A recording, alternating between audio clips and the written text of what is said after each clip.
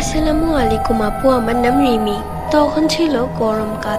আমার দাদু বেশ কয়েক বছর যাবত অসুস্থ, বিছানায় শুয়ে থাকে। বাইরের রুমটায় দাদু ঘুমিয়েছিল। রাতে হঠাৎ করে আমার ঘুমটা ভেঙে যায়।